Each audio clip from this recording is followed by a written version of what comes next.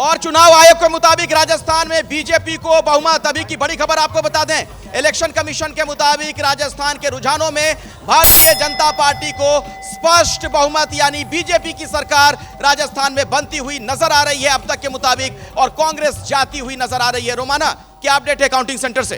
बड़ी खबर इस वक्त, और देखिए यहाँ पर मध्य प्रदेश को लेकर बड़ी खबर आ रही है। मध्य प्रदेश सीट नरेंद्र सिंह तोमर आगे, लेकिन लक्ष्मण सिंह दिग्विजय सिंह के भाई पीछे, मतलब बीजेपी आगे और कांग्रेस पीछे, यही समझा जाए? मध्य प्रदेश में ये पहले से क्लियर था। आज से 1 महीने पहले ये सिचुएशन बन चुकी थी। वहां जिस तरह से कांग्रेस ने ग्राउंड लूज किया और जिस तरह से मोदी फैक्टर जो वहां चला है, उसने ये 1 महीने से ये क्लियर कर दिया था कि बीजेपी की सरकार बन रही है। एमपी के मन में मोदी, एमपी के मन में मोदी साबित हो रहा है। जी बिल्कुल, मोदी की ही करिश्मा है ये।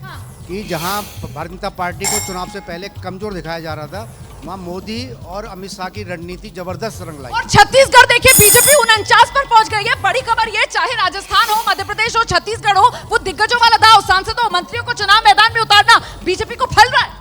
बिल्कुल, और रोमाना जी देखिए, पूत के पांव पालने में दिख जाते हैं। आप देखेंगे तो राजस्थान के भीतर सभी रीजन में बीजेपी बढ़त बनाई हुई है। खासतौर पर जो पायलट का घर रहा है, उस रीजन में पायलट सफर कर रहे हैं, कांग्रेस के प्रत्याशी लगातार सफर कर रहे हैं। और इसी तरीके से अजमेर जयपुर रीजन में भी आप देखेंगी तो ठीक है कि मुख्यमंत्री। और ये तस्वीर देख लीजिए जरा, ये लड्डू बंटते हुए नजर आ रहे हैं। ये हैदराबाद की तस्वीरें, सिर्फ हैदराबाद में ही लड्डू बंट सकते हैं कांग्रेस के दफ्तर में, बाकी जगह तो लड्डू नहीं बंटने की स्थिति में है कांग्रेस। तेलंगाना में ही कांग्रेस दफ्तर में लड्डू बंट रहा है। अभी तो तेलंगाना में वही स्थिति है, क्योंकि जल्दबाजी तो नहीं करती तेलंगाना में भी कांग्रेस ने लड्डू बांटने में?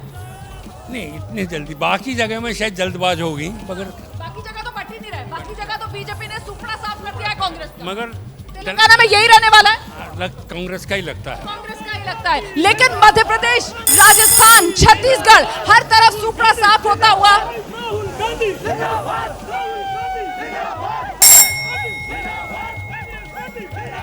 तो हैदराबाद में कांग्रेस का जश्न आप देख रहे हैं, और सिर्फ तेलंगाना से ही फिलहाल कांग्रेस के लिए अच्छी खबर है, जहां कांग्रेस जश्न बना सकती है। नहीं तो कांग्रेस के लिए तो तमाम मुश्किलातों की शुरुआत आप कह सकते हैं, क्योंकि ये सत्ता का सेमीफाइनल मुकाबला कहा जा रहा था 2024 से पहले, और क्या ये सेमीफाइनल मुकाबला कांग्रेस हार गई है? फिलहाल तो ऐसा ही लगता है। राजस्थान को लेकर विजय जी, जो प्रधानमंत्री मोदी ने कहा था कि 3 दिसंबर और जादूगर छू मत कर, ये तो बिल्कुल वही होता हुआ दिख रहा है। ठीक है, और इलेक्शन कमीशन की तरफ से भी राजस्थान में लीड हो गई है भारतीय जनता पार्टी को। 100 सीट्स पर वो वहाँ पर पहुँच गई है, और जो कहा जा रहा था बार बार कि वसुंधरा जी को हटाने का कोई नुकसान होगा, वो नुकसान यहाँ नहीं दिखाई दे रहा। और मोदी के चेहरे के साथ साथ जो एक कलेक्टिव लीडरशिप की बात की थी, उसका फ़ायदा भारतीय जनता पार्टी को मिला है, और अशोक गहलोत का जादू जो है फिलहाल चलता नहीं दिखाई। राजेश जी, इसका मतलब क्या निकाला जाए अगर कांग्रेस इस तरीके से राजस्थान में पिछड़ रही है?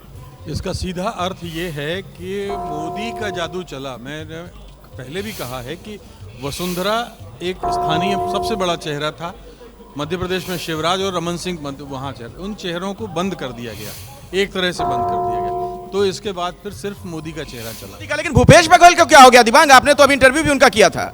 या भूपेश बघेल का आप ये कह रहे हैं, पर अगर चुनाव आयोग का भी आंकड़ा देखें तो 24-22 है। हम जो दिखा रहे हैं अभी जो रुझान है, कांग्रेस 46, बीजेपी 42। मैं जो बता रहा हूँ चुनाव आयोग को बता रहा हूँ, तो हुआ है छत्तीसगढ़ में ये बात पहले भी कही गई थी। कल भी मैंने शो पे कहा कि छत्तीसगढ़ में जो साउथ में खासतौर पर जो ट्राइबल इलाका है, वो उनको लगा कि बहुत वहाँ पर मुश्किल हो सकती है। और अभी की बड़ी खबर बता दें, इलेक्शन कमीशन के मुताबिक मध्य प्रदेश में बीजेपी को बहुमत, 115 सीटों पर बीजेपी आगे, यानी कि मध्य प्रदेश में बीजेपी की सरकार बनती हुई नजर आ रही है। चुनाव आयोग के जो जानकारी दी गई है, जो आंकड़े रिलीज किए गए हैं, उसके मुताबिक अभी का बहुत बड़ा अपडेट। अक्कू जी कुछ कहना चाह रहे थे? मध्य प्रदेश में इलेक्शन कमीशन के हिसाब से 116 सीटों पर हो गया है, और कांग्रेस जो आ गई है वो 40-42 पे आ गई है। तो यानी कि अंतर इतना बड़ा हो गया कि कितना भी कूद फांद होगी कुछ नहीं होने, इसमें बदलाव नहीं होने जा रहा है, लगभग यही नतीजे रहेंगे। कतई नहीं, कतई। अबे जी, उसके बाद मुझे काउंटिंग सेंटर जाना है। भाजपा को राजस्थान में बहुमत के नज़दीक है, और मध्य प्रदेश में भी बहुमत के नज़दीक है। छत्तीसगढ़ में वो कांग्रेस से आगे है। अब ये एक ऐसा मौका है जब हम सब लोगों को, जो एग्जिट पोल करने वाली एजेंसियां हैं, उनके भी काम की समीक्षा करनी चाहिए। कोई एक भूपेश बघेल बोल रहे हैं, सुनते हैं जरा। छत्तीसगढ़ की पाटन सीट से भूपेश बघेल पीछे चल रहे हैं। ये अभी की बहुत बड़ी खबर, भूपेश बघेल खुद पीछे चल रहे हैं। आप सोच सकते हैं कि क्या अगर कांग्रेस वहां पर पिछड़ती हुई दिख रही है तो इसका कुछ खास मतलब निकाला जाए? उनके नेतृत्व पर भी अब सवाल खड़े होंगे। अभी बड़ी खबर के लिए मैं आपको लिए चलता हूं रोमाना के पास। नजर मध्य प्रदेश पर है और मध्य प्रदेश में बीजेपी का आंकड़ा 150 पर पहुंच गया। और कहां से आ रही है सीटें? वीआईपी इंदौर बहुत बड़ा अपडेट है। देखिए पहले कांग्रेस आगे हुई थी एक बार रुझान में, लेकिन अब बीजेपी आगे हो गई है। वर्गीय अपनी सीट पर आगे हैं, राहुल से पीछे चल रहे हैं जीतू पटवारी। और बीजेपी में क्या हो रहा है आगे? मंडला निवास से फगन सिंह कुलस्ते आगे चल रहे हैं।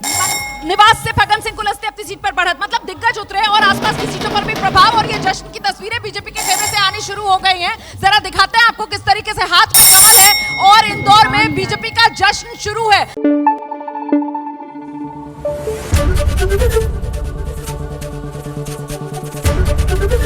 एबीपी न्यूज आपको रखे आगे।